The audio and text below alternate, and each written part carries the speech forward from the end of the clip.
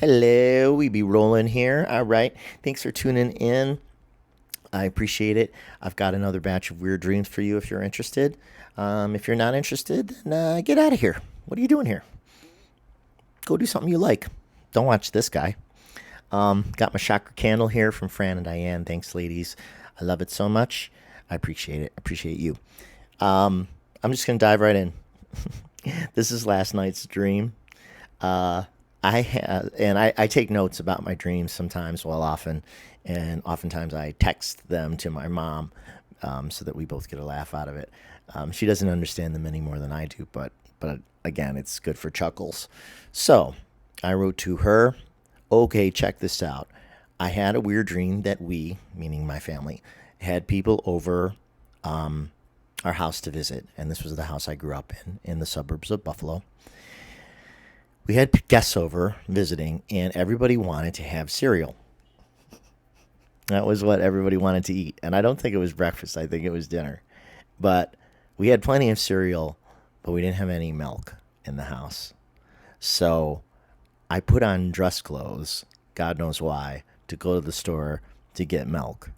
And I distinctly remember like putting on a dress shirt and here comes Shay, putting on a dress shirt and putting on a tie. And I never wear ties anymore unless I have to for a special occasion. I like ties, but I get so hot. You feel like you're choking. Ties are stupid. So, but I got dressed up to go to the store to get some milk. And I happened to wake up randomly at 5 a.m. So before I went back to sleep, of course, we all probably do this now, or a lot of us do this now. I started flipping through YouTube on my phone, and I came across a video by. I watch a lot of videos by people who talk about comic books, mostly old comic books though, because I used to collect when I was a kid. So I still get a kick out of watching people talk about comics that I might have had when I was 13, 14, 15. I guess it's just sort of slipping back into my youth somehow, nostalgia. And plus, I mean, I've always liked artwork and illustration and stuff, so I do pay a little bit of attention to comic books now. I don't really buy any, but I might watch a video about one on YouTube now and then just to see what people are, how the art has evolved, because the artists now are so talented. I mean, they were talented artists. They've always been talented artists, but the refinement of technique now is just amazing. But that's a total tangent. So I have the dream about everybody wanting cereal, but we have no milk. I wake up, I start scrolling through YouTube videos, and I watch a short YouTube video about a guy talking about some drawings that he had, and he randomly had a gallon of milk on the table. I kid you not. Like, it was so bizarre, and so of course I had to laugh. And then so I send my mom this note, and then she writes back, "That is hilarious. Of course, I was just thinking of having cereal, if that coincides. Lol." And I said, "Oh, of course it does." And so she said, "I know, it cracks me up." So there's another one. Just weird, funny synchronicities. Like, why am I dreaming about milk and then wake up and watch a video and a guy's got milk on the counter while he's talking about comic books? What is that? It's just odd and silly, stupid, funny, which is our family sense of humor anyway. Silly, stupid, funny. Okay, so let's see what else. Oh, here's another one that's kind of like almost like a dream, like a pun, kind of. Let's see. Okay, well, first I should set this up. On Sunday, on Mom's Day, we had a really nice Mom's Day with our mom. My brother and I did. Steve, my brother, and my mom, Carol, and we had pizza. That was that was the Mom's Day dinner, and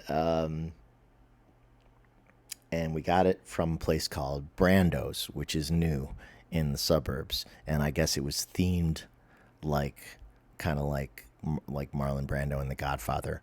So then that night, my dream was that I had a performance that I was going to sing and play guitar at this huge, crowded, dark, narrow Italian restaurant, and I was dodging servers, patrons, and staff to try to get my equipment in.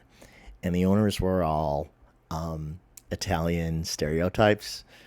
I mean, since I'm Italian and we joke amongst ourselves, I mean, we'll call them Goombas or Dagos because, you know, Italians can call each other Dagos. So basically, a bunch of these Goombas were running the pizza place, and I'm trying to get my stuff in, and they keep telling me to like go further and further back in this narrow, dark restaurant, and it's ridiculous. And basically, they're passing me from one person to the next until I'm like getting way deep back in the restaurant, and then eventually, and I'm like kind of running out of time too. So it's kind of like chaotic, and people are passing me by, servers are passing me by with food, and it was pure chaos. Every table was full, and essentially they asked me to set up in the back near the bathrooms and the trash.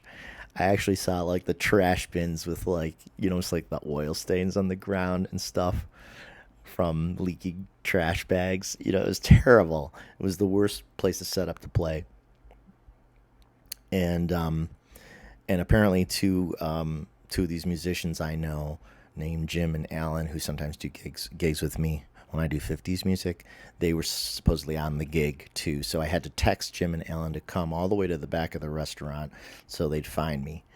And I was just getting my stuff set up when I woke up from the dream. So, but what I didn't realize right away from having the dream was that it was a pun on Brando's. Like that just didn't occur to me at first because the restaurant that we got the pizza from was a regular restaurant. It wasn't an old school mafia pizzeria. It was just a normal restaurant, but they just happened to have a lot of Marlon Brando artwork up that my mom saw because she actually picked up the pizzas. So we ate them at my brother Steve's. We didn't eat at the restaurant, just to clarify. But it was from Brando's. So then I have a goofy dream about a mafia restaurant that night. That's, I guess, just how my brain goes. And yeah, so my mom wrote back in texting me when I texted her about. I wrote maybe the pizza triggered the dream, the pizza that we had for dinner, and then she wrote back Marlon Brando Godfather with a pizza slice next to it, an emoji. And I said, right, exactly. It's a Brando's joke. The dream is a one big pun. So figure that one out. Let's see what else we got here. Oh, now I have to wait for my messages to load. Okay, hold on. There were a whole bunch of dreams too that I had recently that I didn't even get around to posting about because they were so bizarre. I didn't know if I wanted to put them up. I didn't want to scare anybody with a couple of them. So let's see. Oh, all right. Here's a bunch. So I had one night last week. Work has been really busy for me, and it's finally starting to slow down. And I had one night last week where I was just so wiped out. I went to bed super early for me, like maybe 8:30, and I slept pretty much 12 hours.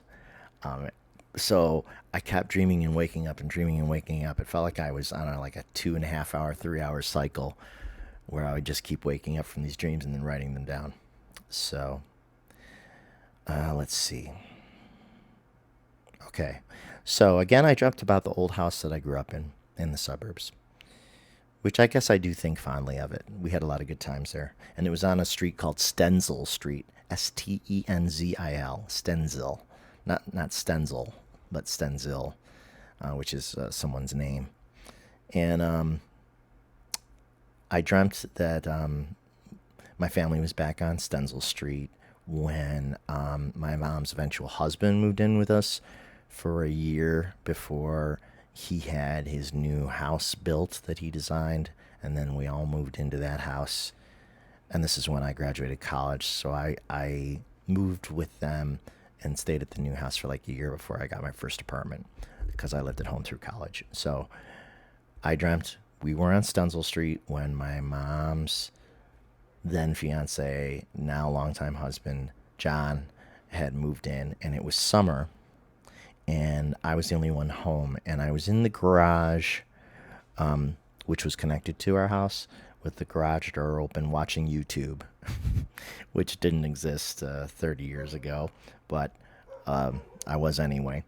And I was waiting for Kim Carey's show to come on. But then suddenly I was downstairs in my current home in Buffalo, in the house I own in Buffalo.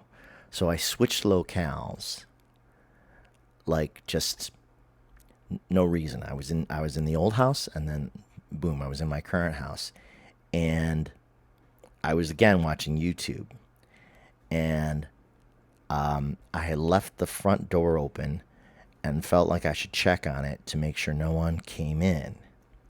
So I went upstairs and checked room by room for someone, like in case anyone had come in the house.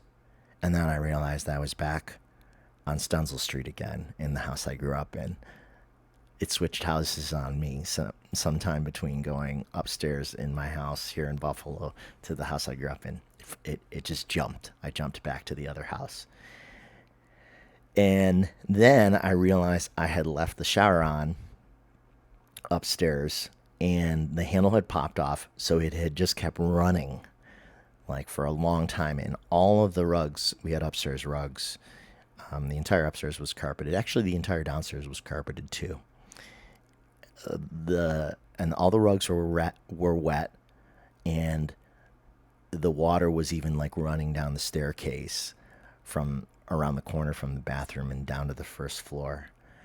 And so I started soaking up the water with towels, and then my mom and her husband and my brother came home and they helped. And I felt bad, but it was just water, and no one was upset. And John said maybe a bearing or something had just popped in the faucet, and that's why I kept running. And like pretty much it was like no big deal, but it was funny just to be soaking up water in that old apartment, in that old house. And nothing like that. Hey, Shay. Shay's here. Nothing like that ever happened there to my recollection. Hey, buddy. Say hi. Turn and say hi. Say hi. Say hi to the nice people. Say hi. That's pretty close. Okay. Nothing like that ever happened there to my recollection. And then I was wondering if it was kind of like, when the psychics say that water and dreams and psychic readings can represent emotion. So I don't know if that's that or not. I don't have a particular meaning for that one, but it was interesting to be jumping between the locales as if they were in the same time frame and time space, and they were interchangeable. Okay, so then I went back to bed. Then I had another dream that I was back in time, and it would seem like the 1940s. And there was a concert with a big band and multiple singers guesting with them. And I was going to be one of the guest singers, and I think I was in a tuxedo. And I sang one song, and it might have been I've Got You Under My Skin, the one that Sinatra made famous. And I could hear myself doing pretty good with it, hitting the notes, but then just sliding a little bit under the notes in other places. And everyone was acting like we were a really big deal. But I was just thinking like how kind of small-timey we were. Like it was on local TV, but like it really wasn't as big a deal as people were making it out to be. And I had the sense in the dream that I knew I had talent, but that I also knew I wasn't as good as I could be. Like that I needed to maybe still get better at singing. So I don't know what that is either. But it was weird because people's reactions seemed more like a 1940s movie. I can't quite describe it, but like, you know how people acted in movies like at that time, like there was a certain mannerisms and affectations of that era, like almost like it makes me think of kind of like how the people talk and act in It's a Wonderful Life, and it had that quality to it. It had this feeling of being really in a different place and time, with a different set of what's the word I'm looking for? Like a different level of consciousness, like a different way of perceiving the world, like simpler. It seems simpler, like a simpler world. Okay, I woke up, wrote that down, went back to sleep. Had another dream that I went to get parts at an auto supply store. Oh, this dream was good. Out in the middle of nowhere. I don't know what I needed, but I needed a couple of parts for my truck. And I don't know where this was. It was so desolate. It seemed like the only building anywhere for miles, and the only road anywhere for miles. And it was a family shop, and this guy and his wife ran it, and they were super nice and super polite. And it was early evening, and they were about to close, and I like begged the guy to please let me in because I really needed these parts for my truck. And so he said okay, and they were really inviting, and it was almost like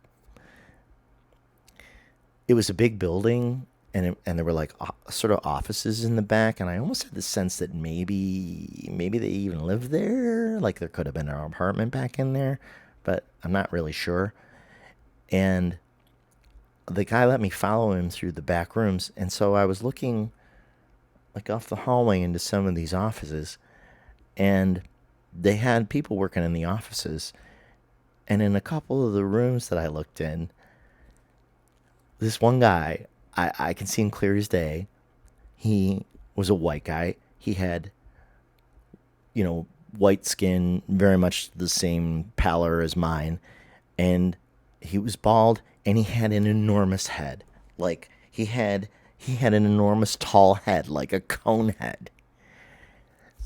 And when I looked at him and he looked at me, and he was just like on a computer or maybe almost like a cash register. I was thinking to myself, that guy's an alien. That guy is not human. He's pretending to be human, but he's actually an alien. And he didn't pay me any mind. It was just like a quick friendly glance, no big deal. I was thinking, they got aliens working here. And and like I said, they looked mostly human, but the heads were such a giveaway. I you would never see a human being like this with this tall of a head. It was like having two heads. It was so tall. And yeah, and then when I was driving away from the gas station after I got what I needed, and I looked at the sunset, and it was so pretty that I wanted to cry. So I played some James Taylor on the radio because I was thinking of him as being particularly sentimental. And I started first listening to James Taylor when I was in college. And I remember buying, over maybe like 1 year, almost buying a record a week. Actually, cassettes at that time, because there was a record store on campus. And to cheer myself up, I would buy a James Taylor cassette almost every week until I ran through his whole catalog, and I was really absorbing his stuff. And he was never really I guess he became an influence at that time, but he wasn't a formative influence for me. I didn't listen to him when I was first learning to play guitar, but I did over time really come to appreciate the way that he assembles songs and the chordings that he uses that have sort of a basis in jazz but are still related to pop and folk. So anyway, that's my sidebar about James Taylor. But I put him on the radio when I was leaving the gas station where the aliens worked for the family, the nice family. I don't know if the family were also aliens. I'm not sure if they were related or they were just hosting. So that was funny. Um, in another dream, same night, I was playing video games with a lonely Asian college student who needed friends. So I guess that's ironic because I just made the connection now that James Taylor was a college thing for me. I didn't think of that before. Hmm. His living. Oh yeah, I forgot about this. His living space was totally small and part of a dorm room hallway.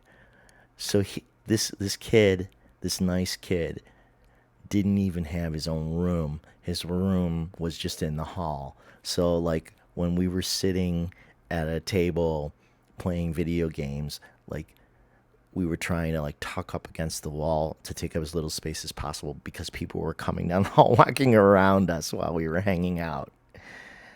Um, oh, and I do remember this part too. And the way to advance in the video game was to keep defeating obstacles to reality. So it was like, well, I don't know how to describe it, but I mean, the game was kind of like a game of life kind of game, except that the enemy in the game was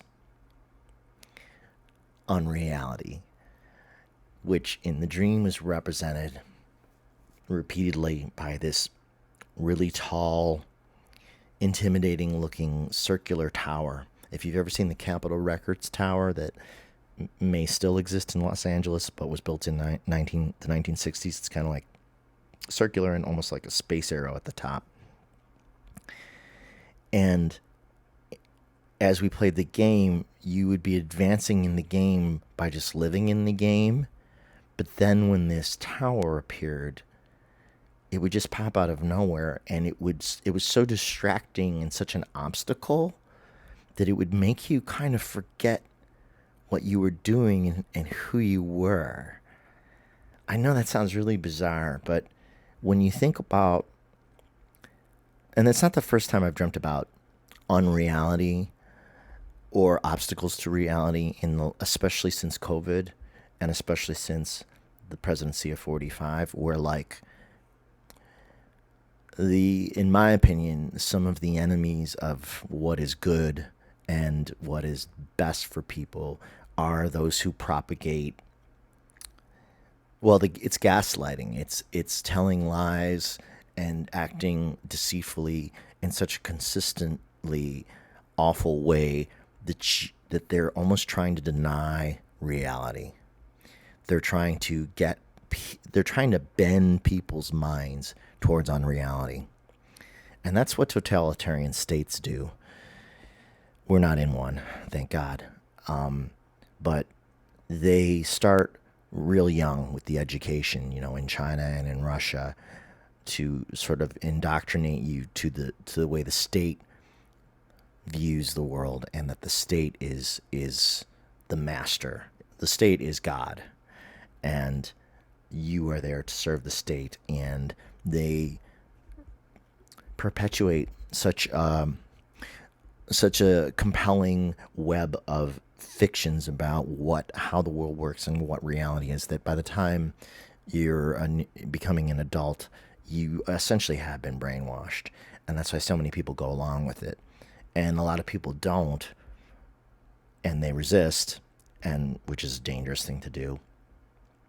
Or they resist quietly, in that among themselves and among their friends, they know what the truth of things are, but they don't buck the system, because the system will buck you. They will knock you down. I mean, like, someone like Navalny, who was brave enough to challenge the system, but they clearly destroyed him as an example to others, not just to destroy him. And so, to jump back to the dream, it was kind of like this tower obstacle represented deceit, But the weird thing about it was it kept appearing in the dream, and then it was almost like it was getting lassoed every time until it fell, which then reminded me of tarot. When you get the tower symbol in tarot, the tower is collapsing, and it represents the the inevitable sort of collapse of corrupt systems, or in some readings it does.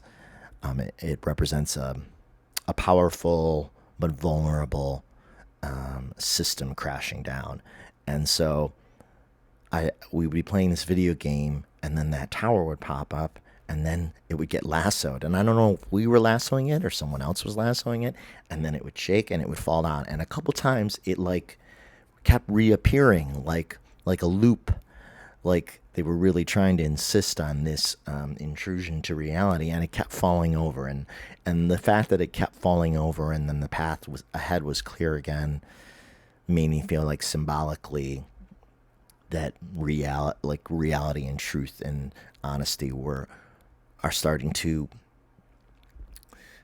track better again here on planet Earth. That is my belief. But it was a strange way of representing it. Then in another dream, I went swimming with some friends at the pool, at the university pool where I like to swim to exercise, which is funny because I always swim alone. If I'm gonna go work out, I'm not interested in swimming with anyone, because I just want to go at my own pace and do my own thing and be left alone. But I mean, if I was gonna go to a beach, that would be something different. But in this dream, I went swimming with some friends, so which I would never actually do. So I don't know what that's about. And that's all the dreams from that one night. Bizarre, right? There are a few more bizarro ones. I don't know if they're here in my notes, but I may briefly mention them before I go, if I can remember the details. Let's see. Let's see if I have any notes on them now. All right, well, one dream I can tell you about because I remember it fairly well. Sorry for the pause here.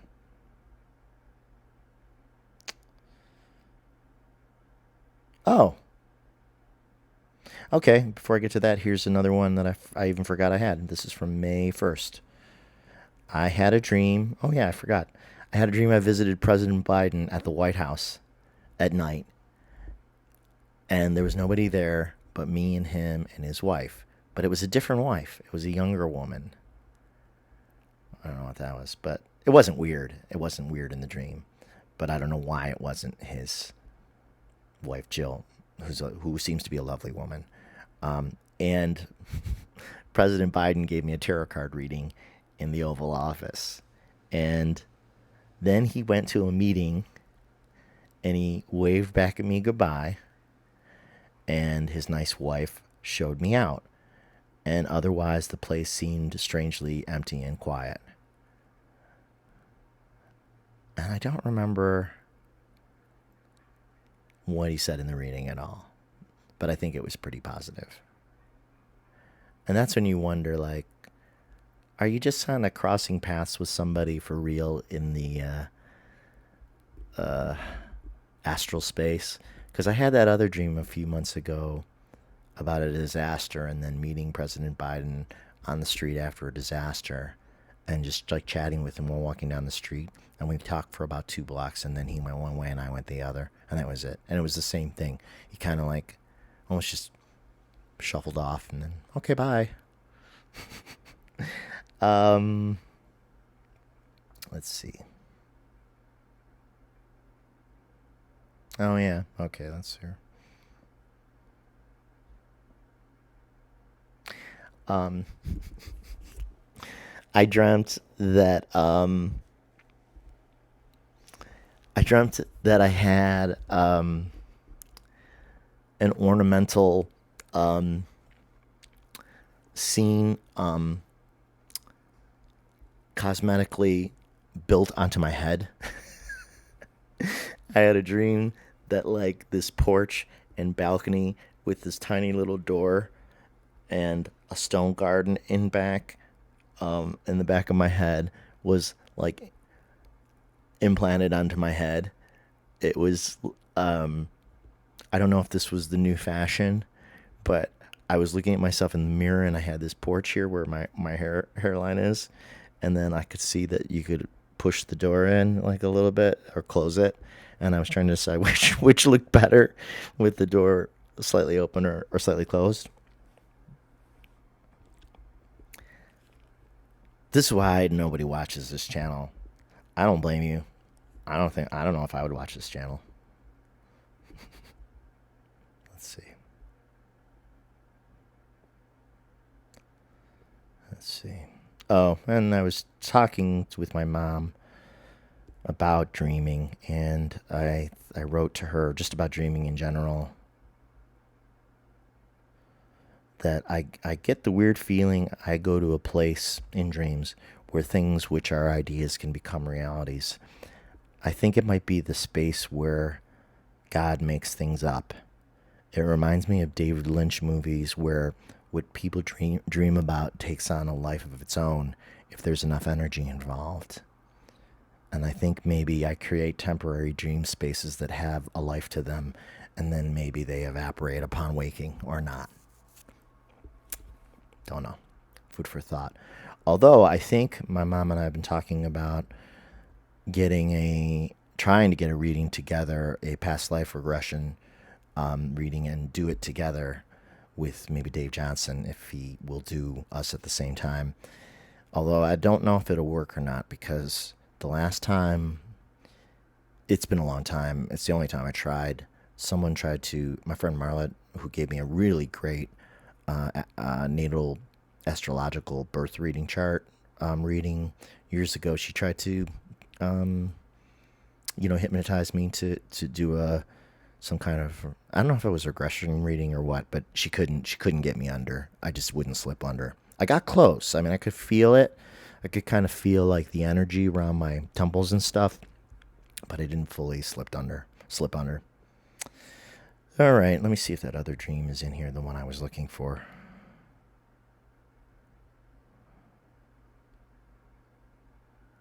Sorry again for the pause.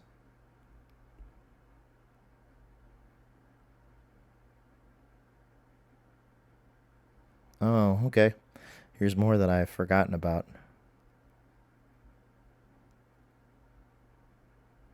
Okay.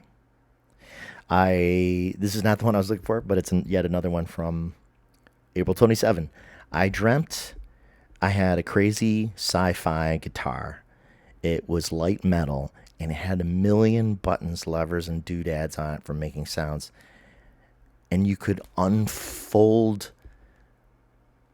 connected pieces to it, by which I mean it was kind of shaped like a guitar, but the strings were like more like buttons or levers, and then all these electronics on it, and then like the head of the guitar, and kind of like a fretboard, but really weird to play. And then at the headstock, there was an amplifier attached to it, but the amplifier was way heavier than could really be supported by the body of this guitar. Like it was like, an amp probably about this big on the head of the guitar.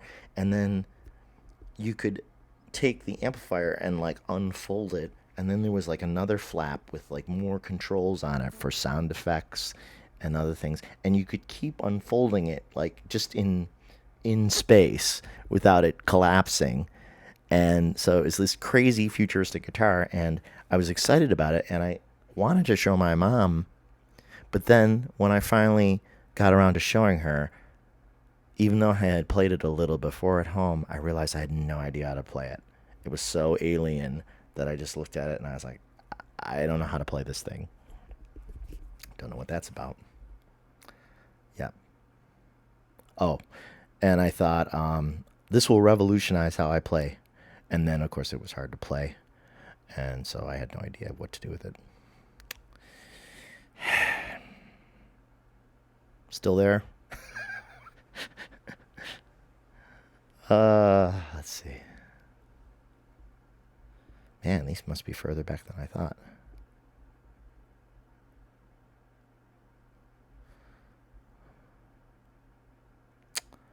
Oh, fudge. I'm about to try to tell you just from memory, but it would really be helpful to have the notes.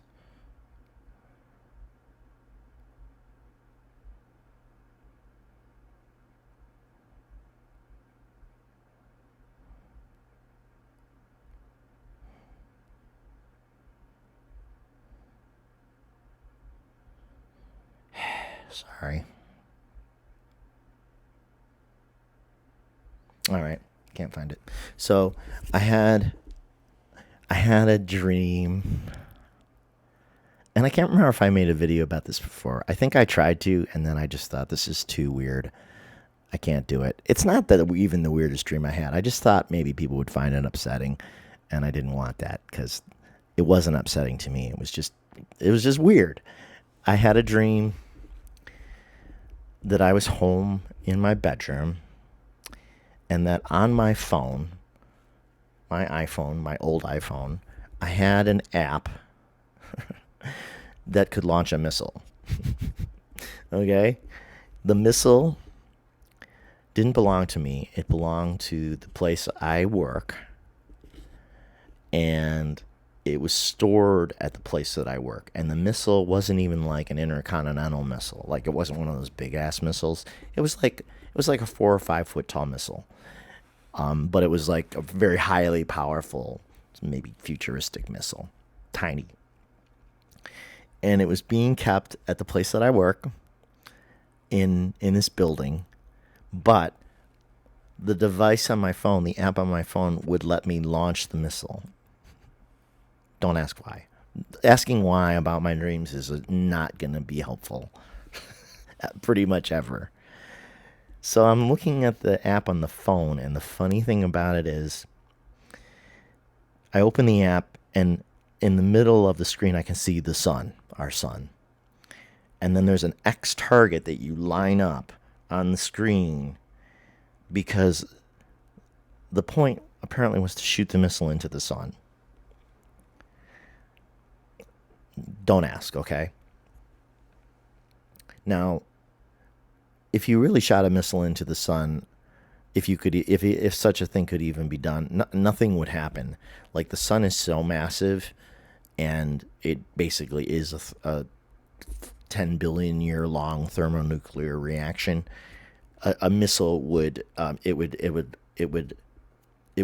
incinerate a missile from millions of miles away. It would get so hot, and it would just melt before it even got close. It would make no difference.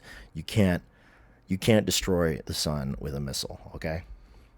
Or at least not a human missile. Maybe aliens know how, but what would be the point of that? As if there was a point to the dream, which there wasn't. So, but apparently, so I know about this missile, and I'm just like sort of mischievous about it. Like, I'm curious. I'm like, well, I have access to the missile. I mean, I guess maybe I'll shoot it at the sun. So I'm trying to line up the X target on the sun on my iPhone, but I'm having trouble like getting it to line up properly. So I set my phone like on the dresser, like up against like a little like an object on the dresser, like, I don't know, say like a jewelry box or something, so it would be stable, and then I could just like manually like move the phone so that it would be right with the X target on the sun. And then once I had it, I was like, okay, this is it. Here we go. Boom. And I pressed the button. Now, before I pressed the button, I was thinking, oh, well, if I launch this thing, it's going to come shooting up through my house, and it's going to put a hole in my roof, which is, I don't want that. So maybe I shouldn't. But then I remembered that they were keeping the missile at work. So when I shot it, it would burst through the roof of the place that I work at and get launched from there. And then I was like, okay, well, that'll work. So I lined it up, put it on the dresser, lined up the target, hit the button, and then I saw on the screen this like a radio signal going from my house across on a map to the place that I work at. And then boom, I saw the missile go. And I saw it shoot through the roof, and I saw it climbing and climbing and climbing. But then, for some reason, instead of being launched at the sun, it was actually like launched at the other side of the earth, but I don't know why. And again, on the app had everything. It was a great app. You could see everything. You could see the trajectory of the missile going around the globe. And then as it was coming in to impact, I can actually like see it travel down through the atmosphere and then like even down in through like brush and trees. And I knew that it was going to strike. And then for the first time in the entire dream, the thought went across my mind like, oh, wow, this is going to change everything. When this thing hits, well, then I realized a lot of people are going to get killed and hurt. And there's going to be a lot of destruction. And probably there's going to be a giant mushroom cloud that might block out the sun or totally affect the weather on Earth.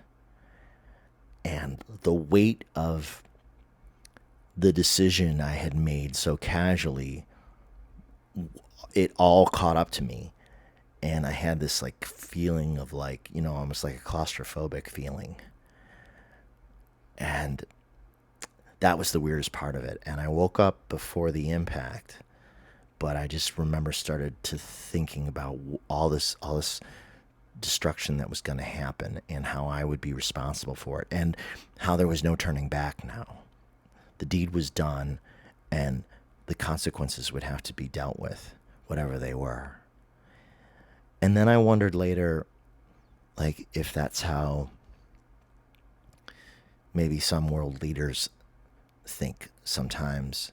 Like, I don't know why Netanyahu comes to mind. I don't like him. I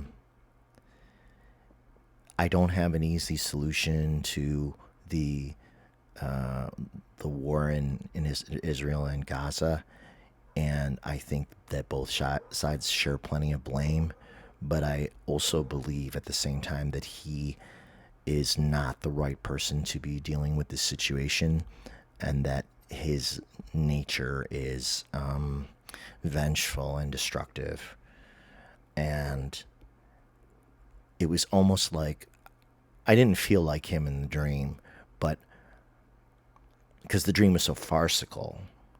But then right at the end of the dream, then all these heavy feelings started to creep in. And then I was thinking about how would it ever occur to someone like in that sphere of power, if they had the power really truly of life over death of other people, would it ever catch up with them later? Like, what if you make a decision like he does about some of these attacks and maybe a lot of people get killed? And in the abstract, when people are miles away or half a world away, we don't always connect with their pain and their suffering, but their pain and suffering is totally real. And when I was thinking about, like, what if missiles were raining down on Buffalo, New York, where I live? But I was really feeling it when I was thinking about, like, how terrifying that would be. Or, like, even in Ukraine, like, this daily fear threshold, always wondering or having to worry that,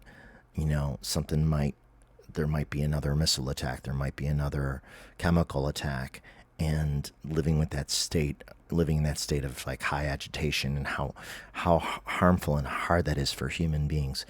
But in the case of the dream, I was wondering more about it from the perspective of the leader who makes the decision that results in the deaths of a lot of people from, let's say, a missile barrage. And does it ever haunt them later? Might it ever haunt someone like Netanyahu or Vladimir, who is infinitely worse, but along a kind of similar spectrum, I think, of vengefulness, spitefulness, bitterness. And so I don't know where that dream came from, but it may just be sort of a product of the time. Maybe things are just floating around in my subconscious that are out there in the world that I'm thinking about. But like have the great luxury of being somewhat removed from. Most of us here in the States are somewhat removed from that kind of a threat, and how lucky we are to be safer than so many people are in the world. Um, I don't want to take that for granted. I don't think I do, and I really try to keep it in mind. So, and there was another dream in there that was related, that was kind of about like a war, like an ongoing war where things were pretty ravaged on the earth. But again, I didn't record a video about it because it seemed more like just a fear scenario playing out in a dream, but it didn't seem like it would really happen to me, and so I hesitated to mention it, and I even do now. Yeah, it was kind of like, like I had survived. I was one of the survivors of like, say, an early kind of nuclear exchange. Oh, I remember now. I remember now what the kicker of the dream was, because it was a dream that I had after the dream about launching the missile, and the kicker, the punchline, if you will, but not a funny one, was that in this dream, the sun actually had been either destroyed or damaged somehow by some form of advanced weaponry, and the fact that the sun was damaged, like, knocked the Earth out of its orbit. So there was a war going on the Earth at the same time that the sun was damaged, and I had an omniscient point of view at one point where I was looking down from where like the sun would be at the Earth, and the Earth was like spiraling.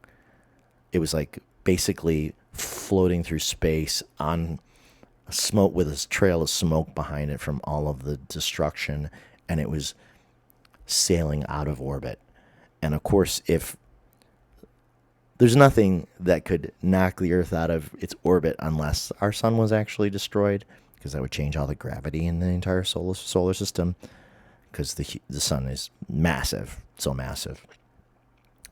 But if we were to come loose from our orbit and drift off into space, and if we were drifting away from the sun, then basically the world would freeze. We would we would we would die that way. Um, it would be a cold death in the blackness of space. And that reminded me of a Twilight Zone episode. And I can't remember, I'm spoiling the episode by mentioning it, but I can't remember how it was framed. But I think in that Twilight Zone episode, the world is inexplicably heating up, and everyone is starting to get ill and feel bad from these rising temperatures that won't stop. But then at the end of the episode, you discover that it's actually the opposite, that someone is waking up from a dream of being, slowly cooked to death on an overheating planet, when actually the Earth is beginning to freeze, and maybe it has left its orbit. Maybe it has somehow been loosened from the sun and is headed for a deadly ending frost. And so I was thinking about that episode when I woke up from this dream. But it was strange to to look down in the sky from space and to see the Earth, like circling out of its orbit, and with this smoke trail behind it. And that's pretty grim and creepy. So I'm sorry if you find that to be a downer. And like many apocalyptic dreams I have had, I always say the same thing. They're just dreams. They don't feel like predictions to me at all. They really don't. I think that I have a very active imagination. I think that I don't know. I don't know what I think about it, but I they when I experience them as dreams, they're almost never traumatic because they play like movies. It's like watching Independence Day. It's a movie, and I wake up and just kind of go, "Wow, that was really something," because it was so visceral. But yet, maybe that's my subconscious's way of working through, imagined disaster scenarios and like dealing with them emotionally, and then I wake up and I feel fine because it's all been worked out emotionally through the process of the dreaming. I don't know, but they truly don't disturb me. They bother other people more than they bother me, which is why, again, I hesitate to mention them when I have them. So that's it. That's all the dream content I've got from like probably the last month. The clock hit 50 minutes, 50 seconds when I said that. So that's a good place to stop. This is plenty long. If you made it this far, God bless you. Thanks for watching. If you didn't make it this far, it's okay. I don't mind because, like I said, I don't know if I'd watch this all either. And I'll be back soon with another book reading. And your thoughts are always welcome below. Um, that's it. Take care. Don't worry. Don't worry. I really feel like, truly, I feel like the energy is turning a corner. I think a lot about what Sterling, psychic medium, has said, that the world is in a 30-year reset from 2020 to 2050. And I know that that's like an awful long time to think about the world resetting for the better. But I think some things are going to take that long to work out. I think 45 will exit the stage soon enough, but his energy, some of his energy will linger on a little bit after. But I think, and I already feel like we're already starting to push through that phase of peril. I don't see any way that Biden doesn't win this fall. I don't see any way that Congress doesn't go to the Democrats. And I think, I said it before, it's going to be women and reproductive rights. It's going to be a wipeout, I think. I really do. I could be wrong, but that's how it feels to me energetically. And so, yes, there'll be election shenanigans. After the election, there'll be some wrangling. They'll pretend that some of the elections are rigged. The Republicans will, and it won't be effective, and it'll pass, and we'll be hopefully on our way to a lot of corrections. That's how I see it. That's how I feel it. That's my hope, and I pray for it every day. So pray along with me if you like. That would be super duper great. And pray for Ukraine every day, and or any day you think of it, and for peace in Israel and Gaza as soon as possible, because that's awful too. And that's, a lot of what we can do is just put that energy out there as best we can, and then pray for all the people you love and like and care about, friends, family, and pets, and the world in general, and nature. Okay, that's my rant. That's time to get off the soapbox. Take care. Thanks for watching. See you soon. Bye.